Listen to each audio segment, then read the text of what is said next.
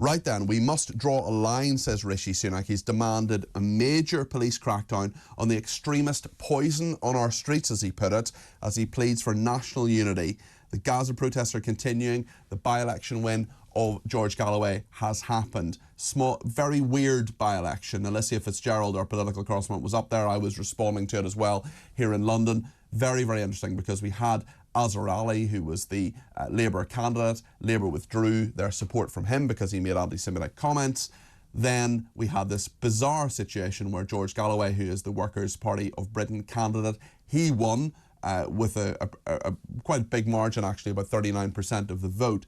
An independent candidate who was talking about potholes and hospital appointments and things like that, real issues that really matter to the people of Rochdale, came second. The Conservatives came third, and Labour came third, and the Conservatives came fourth. Reform came fifth, Reform UK. Lots of other independents, Munster Raving Loony Party, and so on. But then that victory, of course, came in the middle of the night on Thursday night into Friday. Then Rishi Sunak did respond to it. He did a little clip where he talked about it, said how disappointed he was, said he thought the Conservatives ran a good campaign, etc. I mean, they didn't. But anyway, they were never going to win that seat. But then later in the day, just about tea time, he made an extraordinary speech on Downing Street, where he talked about how Islamism and far-right ideology, in his view, has a stranglehold on our society. So let's have a look, first of all, at what George Galloway said in his victory speech, because... Keir Starmer, this is for Gaza. You have paid, and you will pay, a high price for the role that you have played in enabling, encouraging, and covering for the catastrophe presently going on in occupied Palestine in the Gaza. Well, Rishi Sunak then responded in his speech later on to that Rochdale by-election. This is what he had to say. Now our democracy itself is a target.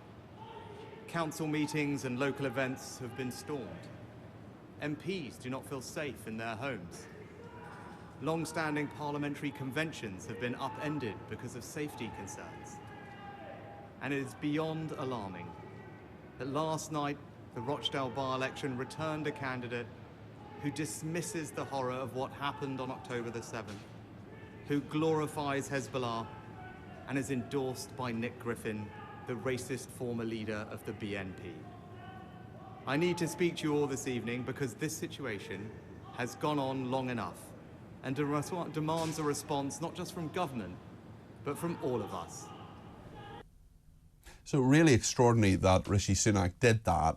Really interesting. You don't expect that on a Friday afternoon. You don't expect that really at any time, but very, very interesting speech. I should correct myself. Sarah in West Sussex has corrected me. Thank you, Sarah, for getting in touch. Accuracy is really important. So Galloway came first, the independent candidate came second. The Conservatives actually came third in Rochdale with about 12% of the vote, as Sarah has pointed out, so thank you for that. And Labour came fourth with 7%, but it's still actually the worst performance in a Labour-held seat by the Conservatives in this Parliament. But yes, that'll teach me for doing it off the top of my head and not having these statistics in front of me. James Heale is with us. He is the political correspondent of The Spectator. James, it's great to have you on the programme. What a sort of 48 hours in British politics. Absolutely, and the return of George Galloway, a man with a proven track record of being a charismatic orator, an effective organiser, and that's really going to be one of those factors which, perhaps not the sort of first order of politics, but certainly second order of politics influencing the election later this year. And already you see newspaper reports, messages from sources, etc., on the Labour side saying, God, this is going to make our election campaign more difficult because now they're getting a flack from the left. And they've got in George Galloway a charismatic man to express that dissatisfaction with Labour's views on this issue. It is fascinating, and he, of course, now has the letters MP after his name again. He will be introduced to Parliament on Monday. This is the third by-election that he has won, although at each of the two subsequent general elections he's actually lost the seat that he won in a by-election. But he is the comeback kid. I mean, he ran for Mayor of London a few years ago and got a very derisory percentage, something like 1 or 2%. But he has mobilised the the thoughts, the sentiment in Rochdale, and even on his campaign literature. He had the colours of the Palestinian flag. He said, "For Palestine, for Rochdale," for example, on that. Clearly, Gaza is a massive issue in regard to this by-election, but I wonder how much of his campaign is actually about the people of Rochdale and their views as well, because there is evidence that he sent various, I mean, it's not outside the realms of possibility, and other political parties do this, where they target specific voters and put different campaign literature and so on. But is there a consistent message from George Galloway, do we think? George Galloway is very much the pit bull of Parliament. He's Mr Worldwide. He's gone everywhere. He's been elected for Glasgow. He's been elected for Bethnal Green in London. He's been elected for Bradford West. And now he's been elected in Rochdale. And only he and Winston Churchill are the only two men post-1945 to be elected for 4 different constituencies. And the reason for Galloway's success is that he combines quite a populist foreign policy that appeals to certain sections of the community with a social and cultural conservatism. So he's able to be quite, I think, warning about things about social issues. For instance, he's quite critical of abortion, gay marriage, for instance, and that kind of appeal combined with a simple retail focus on things like bringing back a Primark to Rochdale, talking about the importance of saving the local football club. If you get those kind of things which are supported by many sections of the British people, you therefore then build up quite an effective voter coalition between kind of working class angst, sort of certain fears within the Muslim community, as well as ordinary people who just are concerned about their local public services. So all that has worked quite well in different constituencies over the past 2 decades. It's difficult to replicate that on a national scale, but it's certainly enough to be a narrative. And Peter, you can easily imagine once he's sworn into Parliament, he'll soon start making those speeches that'll go viral on things like TikTok, Instagram and Twitter, and it'll just be a massive thorn in the side of Keir Starmer, and he's not going away anytime soon. Yes, I mean, it's very, very interesting. Thanks to Dawn as well, who says our politicians have allowed the UK to descend into chaos. The success of George Galloway was inevitable. Leslie says, "Hi Peter, there are plenty of Labour MPs who agree with Galloway. They threatened to rebel against Starmer in the Gaza debate." I mean, there are some Labour MPs who agree with some of what George Galloway says. Leslie's correct, of course. But in terms of the Workers' Party of Britain, which isn't exactly the most high-profile political party, we've heard from Chris Williamson, who was as Corbynista MP previously. He has failed to condemn Hamas, which is why Nadine Dorries kicked him off a programme on this station. But aside from Chris Williamson, aside from George Galloway, is there really anybody else in the Workers' Party of Britain? Do you see them as an electoral force in your estimation, James, or is this perhaps a one-off? I think it's about second-order consequences, really. So it's not about the top-line figure of necessarily the Workers' Party being able to even win seats or win huge swathes of votes. But it does mean that suddenly a lot of Labour MPs will be focusing on their constituencies where there might be independent standing, they might have to do certain things and step out of line with the national issue. One small thing, for instance, could be, now George Galloway's campaign manager has ruled out him running for Mayor of London, but the Workers' Party will now have a higher profile if they choose to stand a candidate in that contest. That might then lead to things like Sadiq Khan becoming slightly more distancing himself from Keir Starmer in Westminster, and that can cause problems as a national party. We all know from the Tories the last few years how much voters hate blue on blue. We might see a bit more red on red thanks to the presence of George Galloway giving a voice to a lot of these grievances and discontent on the left of British politics, and that could be where we really end up. And it's something Labour MPs are certainly talking about privately today. And there has, of course, been so much unity, publicly anyway, in the Labour Party for quite a long time. And then, of course, the discussions and debate and lack of unity over Gaza, which the SNP have tried to exploit on other parties as well. I'm interested in terms of what Sunak said, and let's talk a little bit about this. I just want to play one more clip now about what he said about Islamism. Let's just play this. Islamist extremists and far-right groups are spreading a poison. That poison is extremism. It aims to drain us of our confidence in ourselves as a people and in our shared future. They want us to doubt ourselves, to doubt each other, to doubt our country's history and achievements. They want us to accept a moral equivalence between Britain and some of the most despicable regimes in the world. They want us to believe that our country, and the West more generally, is solely responsible for the world's ills, and that we, along with our allies, are the problem. In short, they want to destroy our confidence and hope. We must not allow that to happen. When these groups claim that Britain is and has been on the wrong side of history, we should reject it and reject it again. Now our democracy itself is a target. Our democracy itself is a target. The poison of extremism. Very, very strong words from Rishi Sunak there. James Heale, I was surprised by the strength of what Rishi Sunak said. I was surprised by the timing of what he said, although I suppose it makes sense in the context of the George Galloway victory. But when we got this information that this was even going to happen, I found it a bit weird, to be honest. What was your impression at the time, and what do you think of what Rishi Sunak actually said, James?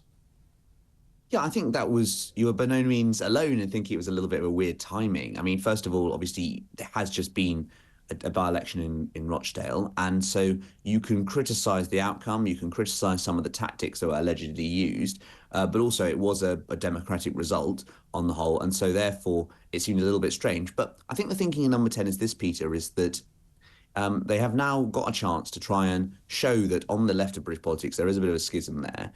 This is a chance for Rishi Sunak to both play a sort of father of the nation role in sort of warning of the dangers as a whole, and then second of all, unspoken, try and put put Keir Starmer in a bit of a boxed-in corner, really, which is that Keir Starmer can only come out after the speech that Rishi Sunak gave and say he completely agree with the Prime Minister's comments, because he knows these issues, his party's a little bit more split. So I think that's quite telling, really, which is that Sunak is trying to make the political way to lead on this issue and suggesting implicitly that therefore Keir Starmer isn't able to lead on these issues and only he can address them. So that's why you saw him talk about the different threats to democracy, etc., and do so in a quite personal way, and talking, for instance, about his race for the first time, which he hasn't done much of. Yes, and was very reluctant to as a junior minister and so on.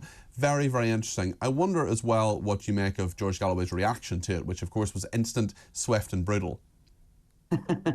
Yes, and I've already seen he was quite contemptuous, and now he's been tweeting this morning pictures of a tiny Rishi Sunak at a lectern, following on this trend of people online calling Rishi Sunak the prime miniature.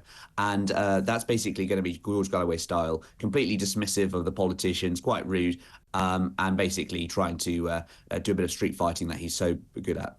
It's interesting, Chris in Newbury has said, Peter, the moment Galloway stands up to make his maiden speech, every single right-minded MP should stand up and walk out. Leave him speaking to an empty chamber or those MPs who agree with his vile views, says Chris in Newbury. I mean, there's a lot of sentiment already about George Galloway. Of course, he's been around politics for such a long time, but nonetheless, he's not going to get an easy ride either.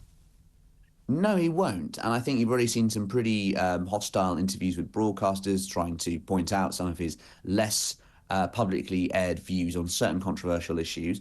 And so I think the key thing will be, how do you try and take on Galloway while doing so that doesn't sort of play to his ability for publicity, and he will want to self-promote at every opportunity. I actually think the last time he was in Parliament, 2012 to 2015, he didn't make as much of an impact. That's right. Once the Syria war went down. Now, maybe social media will change that, Peter, and maybe we're in a different environment now. But I do think perhaps there's a sense of, let's take Galloway at, he's one man. He is charismatic, of course, but I also think that such reactions, which while theoretically are sort of quite admirable, I think actually it's probably just to let him and deny him that oxygen of publicity as best as possible. So that's, I think, what the Labour Party will try and do. Although it's perhaps in the Tories' interest to try and talk up Galloway as some sort of threat, I'd say, perhaps. We're going to talk later in the programme about the real substance of what Rishi Sunak said. In fact, we're going to take a full hour of this programme and talk about Islamism, and I want to hear a lot from viewers and listeners. 0344 499 1000. I mean, do you think that Rishi Sunak can tackle Islamism in our country, James Heale, or is that something which is closing the door after the horse is bolted? It's a very difficult challenge, Peter. And, for instance, there weren't any new policies in the speech last night because it is such a thorny issue. I think it's much more about continued application over a number of years. Rishi Sunak won't be able to do much before the election, but I think certainly a lot of people will say, it's good that he's raising the issue on this, sounding the warning alarm, and he's keeping up things like the 31 million funding package for MPs we saw this week. But isn't it too late, many people will say, surely this speech should have been made maybe when he started being Prime Minister. I mean, certainly the threat of Islamism has been around for such a long time.